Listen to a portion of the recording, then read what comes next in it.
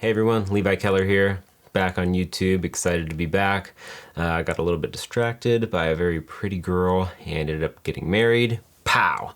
So, I'm back. We're going to be looking at dialing in that tone that we just heard in Neural DSP Archetype Nolly. This is a plugin that in general, people assume that it is just for high gain metal tones, and while it can be used to do that, it can be used also for a variety of other types of tones like we just heard. So let's dive in, let's check this out. This is an amazing plugin that has actually basically replaced my Kemper or any other thing that I would use to record guitar, both for my personal projects and my client work. I'll take this patch that we're working with today and put it as a download in the description so that you can download it and make it your own. Yeah, so without any further ado, let's check this out. I do have a lesson that teaches you how to set up to record your guitar. So if you need help with that, check that lesson out. Otherwise, we're just gonna jump right into this plugin. So we have the plugin here, and we see a few different types of amplifiers that are available. But today we're going to be working with this first amp. You can also separate the amp and the cabinet by clicking this button. But we're going to stick with that first cabinet as well. So here's another taste of the tone.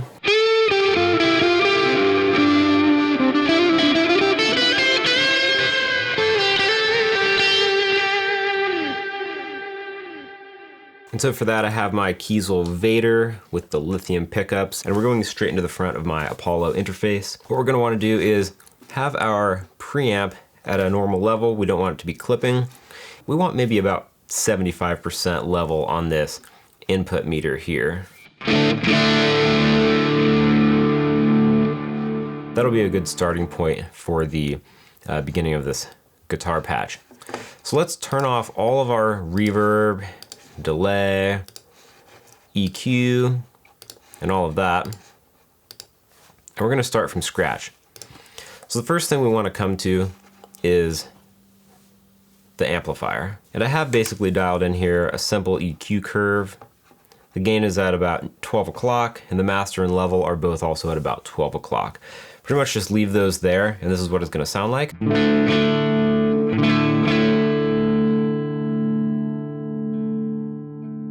we could flip on the bright switch. And that'll give us a little more presence. So that's a pretty good starting point for a pretty clean amp sound. And then what we're going to want to do is not necessarily get the gain from this knob. That sounds kind of chunky and not really what I'm going for. So instead we're going to want to use kind of a trick to put a boost in front of the amplifier. And we're going to use this overdrive pedal for that. This is mimicking kind of the standard like green overdrive pedal that everybody's made. And what we're gonna do is we're gonna turn the drive all the way down. If we turn the drive up, it'll be too saturated. So we wanna turn the drive down. I'm gonna turn the tone up pretty far because I'm using the neck humbucker of my guitar. So we wanna give a little bit more brightness to the sound.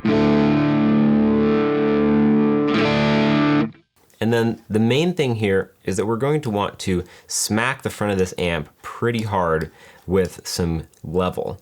That's just basically volume boost to kind of get the front of the amp to break up a little bit. Instead of adding just distortion from the pedal itself, we want to drive the front of the amplifier and cause it to break up a little bit more. So that's basically what this pedal is going to be doing. And that's a trick that a lot of metal guys will use to tighten things up before the guitar hits the amp as well. So that's the first thing we're going to have in our chain. The next thing we're going to have in the chain is a delay. Now this delay is going to be in front of the amplifier. In this plugin you can see the pedal section, amp section, EQ, speaker, and time-based effects, delay and reverb. Right here. But this delay is going to be in front of the amplifier. Now the reason we want to put the delay in front of the amp is because it will give a certain type of feel to this delay. First of all, it's not going to be ping-ponging back and forth left and right. It's going to be staying simply in the center. because it will be going through that guitar cabinet. So it's just going to be a mono delay. If we turn this on, it sounds like this. And you can hear that it gets darker with each repeat, which is kind of a cool thing, more of an analog type of delay sound. Another cool thing is that it's going to be also getting the distortion that the amp is giving. This delay is also going to have that applied, and as the delay tapers down in volume, it's going to change the way that the distortion is sounding. So this is a very interesting type of delay sound. It's going to have kind of that saturation added to it, and not just repeating everything exactly that's coming out of the amplifier like this other delay would do. This is going to be a little bit more reactive to your playing, a little bit more reactive to what the amp is doing. So it's kind of a cool thing to put in front of the amp, just for some interesting sounds. And you can hear, like I said, it gets darker and smaller sounding as it continues to delay. So what we're going to have is kind of a medium feedback. We don't want too much feedback. That's the amount of delays that are happening. And then the mix knob is going to be the volume of the delays. That's also at about half. And we don't want to sync this necessarily to the track. I just have it somewhere around 500 milliseconds with the time knob. And the reason we're not going to sync this is because we want to have more of a flowing sound versus a kind of locked rhythm sound.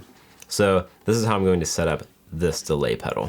We already set the amplifier itself. We can listen again.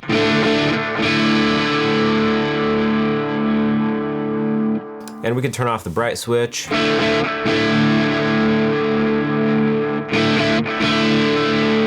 But I kind of like that there.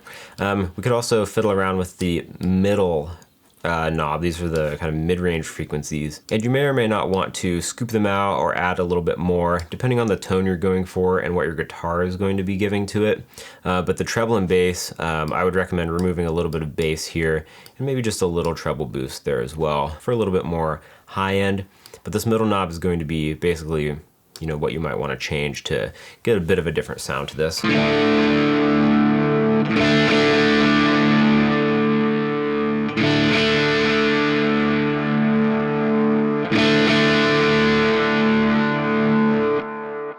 And that's just going to be based on what you're looking for.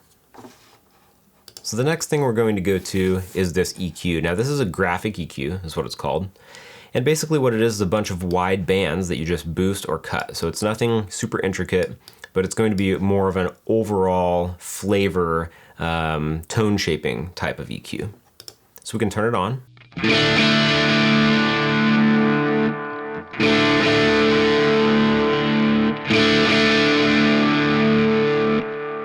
And you could add this or not, depending on, you know, what your taste is. I'm taking away just a little bit of this 1000 hertz to clean it up a little, and then adding just a little bit of presence around 4000 hertz. So, and this will be dependent on maybe what your guitar sounds like and the taste that you're having and what you're looking for your track. So this is a good way to kind of color your sound and overall shape it to fit better in your mix without getting too surgical. As far as the mic section and the cabinet section, you can pick a whole variety of microphones here. You can also load a custom IR if you have those. I didn't even touch this. I left the SM57 at the same position that they had it for the stock preset, and it sounds great. A couple different mics we could try. 421. 414, sounds a bit more open. Ribbon. Sounds a bit darker. We're just gonna leave it on the 57 for now.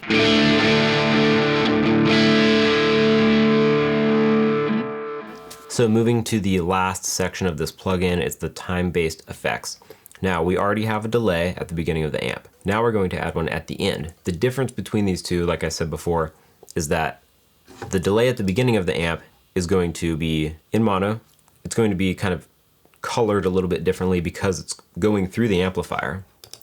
What this delay is going to do is simply repeat what is coming out of the amplifier. And if you enable this ping pong, it's going to make it bounce back and forth between the left and right channels. So we will enable this, turn the plugin on.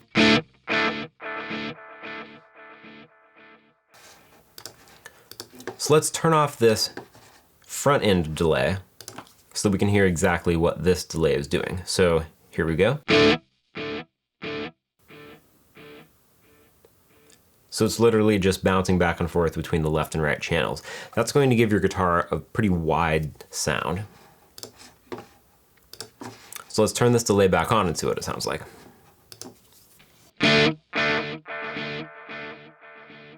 Now that may or may not be what you're looking for. You could turn either one of those off or have them both on. So for this, we want to turn the mix down a little bit, the feedback down a little bit, so we're not like overpowering the dry guitar sound. We have the mod turned all the way down. This will kind of give a warbly type of sound to it. And then our time is going to be synced to our project, which in this project, it's 90 BPM. That could be synced to whatever your tempo is of your song. You can do that if you want. I would just make sure that this is not the exact same tempo as your front end delay, because that's going to basically sound the same. And we want this to be a lot of delays happening all at the same time to give it this massive kind of sound. I also have the high cut turned down a little bit. This is going to give a little bit of a darker sound to the repeats of the delay. If we turn this up, it's just basically going to sound exactly like what is coming out of the amp the first time as each repeat happens. If we turn this down, each time it repeats, it will get a little bit darker, kind of like what we saw with that analog delay on the front end of the amp. And I have the low cut turned all the way down. We're not going to be taking away any low end with this, but you could if you didn't want the low end of the amp to come into the delays as much. Now the last part of this process is the reverb pedal. So let's turn this on and see what it sounds like.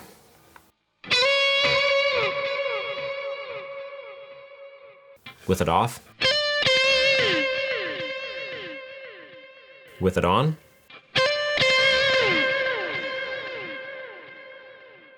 So I like using this reverb as well because it will cover up any of those gaps between the delays and smooth everything out a little bit, give it a more like big ethereal type of sound. And for this, we just have the mix turned up a bit to taste. Decay we have at about 1 o'clock. We do have the low cut up a little bit on here to take away some of the muddiness from low end getting into the reverb. And then we have the high cut down a little bit as well, just to take away a little bit of that shimmery aspect, make it a little more smooth sounding. That's what that sounds like. All right, so that's how I built that tone. I hope this gives you some inspiration to use this plugin in a way that people don't generally think it can be used. I just recently had a friend of mine ask me, oh man, what plugin should I get to get kind of a low mid-gain type of tone? And I actually recommended the Nolly plugin, and he was under the impression that it was only for metal stuff. And while it can be used very well for that, it has a lot of other uses as well. So I'd recommend this for basically anyone. It's just a good all-around plugin. Gives you a lot of different versatile sounds, including stuff like this. So let's take one more listen to it. Hope you enjoy, have an amazing day, and don't forget to snag the download of this preset from the description. All right, talk to you soon. Thank